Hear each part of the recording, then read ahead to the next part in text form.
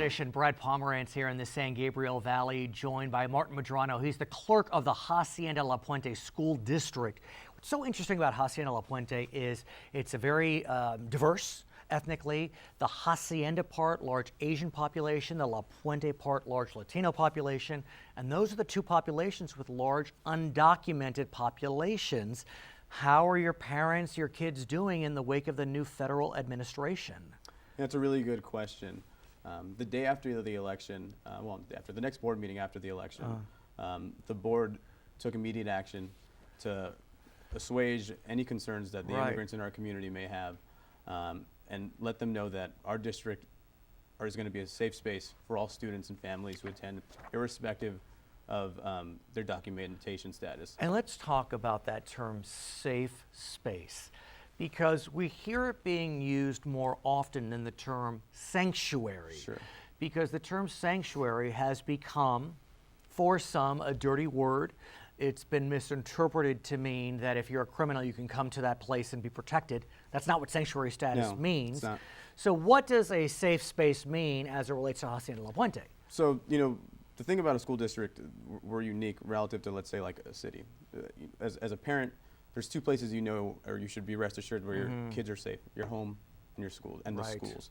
So a safe district means that if a federal immigration agent comes to our door, comes to our schools, we have processes in place to ensure that those kids are protected by the law, by our legal counsel. A sanctuary city, that's an interesting word that you use, because frankly, I think it's been politicized a lot. With a negative connotation, meaning that you're protecting criminals. That's not it. In fact, immigrants aren't all criminals in any real case, and I think that's unfortunately been associated with the word, and that's why people have maybe started pivoting to other words like safe spaces. The question becomes, how far do, let's say, school districts take this? We know that the superintendent of public instruction, Tom Torlakson, elected statewide, California, has said that schools should be declared safe spaces, sanctuary, whatever term you want to use. On the flip side, we also know that the President of the United States has said that if jurisdictions, whatever that means, they don't cooperate with immigration agents, that he will seek to withdraw federal funds. That's a scary prospect. So we have about $9 million in federal funds at our school district. Is that a lot or a little? We have a budget of about $350 million. So it's not so much. But it's consequential. Yeah. Don't get me wrong. that would hurt. $9 million is $9 million, and they typically go straight to our kids. But what does the school district do? I know that some jurisdictions have already said, we don't want your money. Right. I've heard that forget from it. Cities nearby. Well, we don't want your money. Yeah. What does Hacienda La Puente do? I know you're but one of five on the board, but if it gets to that, do you think that you would tell the administration, we don't want your money? We are a safe space. We are not going to cooperate with immigration officials. Yes, I do. I think our families and our kids are more important. We can find a way to get creative with our funds. Local control has given us a lot of latitude and dexterity. Now, don't get me wrong, hard choices would have to be made if we lost that on $9 million. But to me, ensuring that the kids who come to our classrooms can feel safe is worth more than that. I want to talk about the kids. Sure. How are the kids doing? Because I remember right after the election, there were reports of many children literally apoplectic, inconsolable in LAUSD and surrounding school districts, in large part because they may not have really understood the ramifications of the election. Many thought they could be deported that day, even though they may be documented born in the country, but they have aunts or grandparents or parents that may not have proper papers.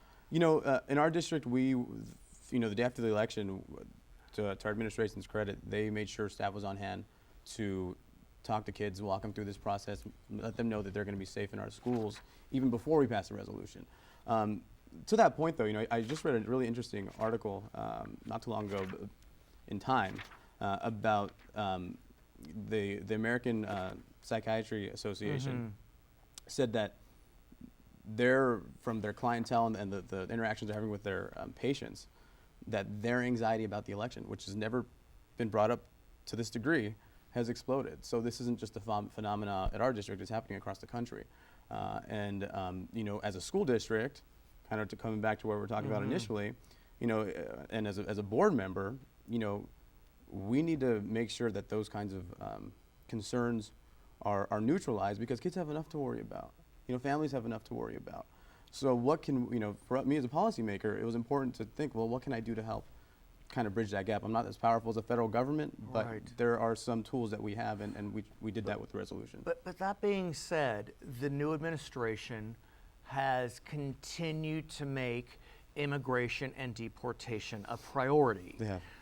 What we know is the new administration is looking to expand those that are subject to deportation, not just those that are convicted of crimes, but are accused of crimes, maybe accused of crimes. The net is wide. Yeah. There's discussions about hiring more enforcement agents on the immigration side, calling up the National Guard. The rhetoric is strong. It's strong.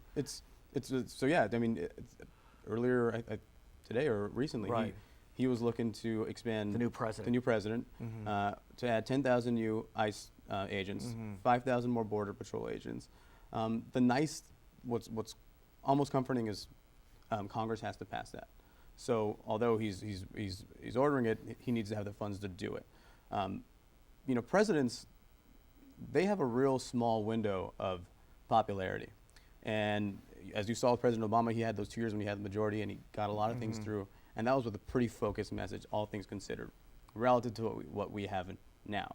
Before President Trump can even get to having a chance to fund these extra ICE agents and kind of fulfill his financial obligation to those, to that rhetoric, he has to expand the debt limit, right? He has to pass a budget by April 24th or April 28th. So I'm hoping that the checks and balances and the slow process of government will kind of help neutralize some of the rhetoric he has out there. But I mean, the rhetoric's terrifying. I mean, kids and families have a lot of anxiety, and I think it's merited, unfortunately. We do know that there have been families that have been broken up. Yes.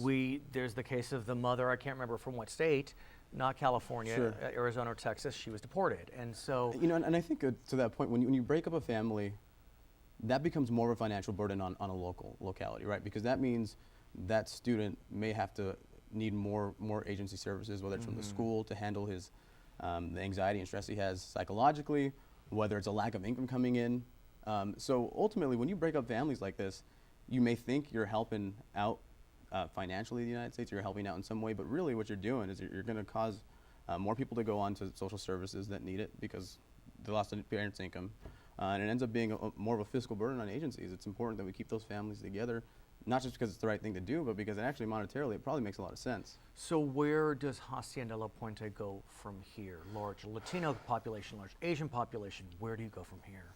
I mean, I think to our district's credit, we have put in all of the necessary protocols in place to make sure that we can handle a student losing a parent, an ICE agent showing up at our door. One thing we want to look at doing is increasing knowledge about immigrant rights, Right. what to do when maybe an ICE agent shows up at your door. So right now the superintendent and some community organizations are working really hard to work on some community events where we can help educate parents and families. He is Martin Medrano. He is the clerk of the Hacienda La Puente School Board, which is in the San Gabriel Valley where we are today. I'm Brad Pomerance. Thanks so much for joining us on Local Edition.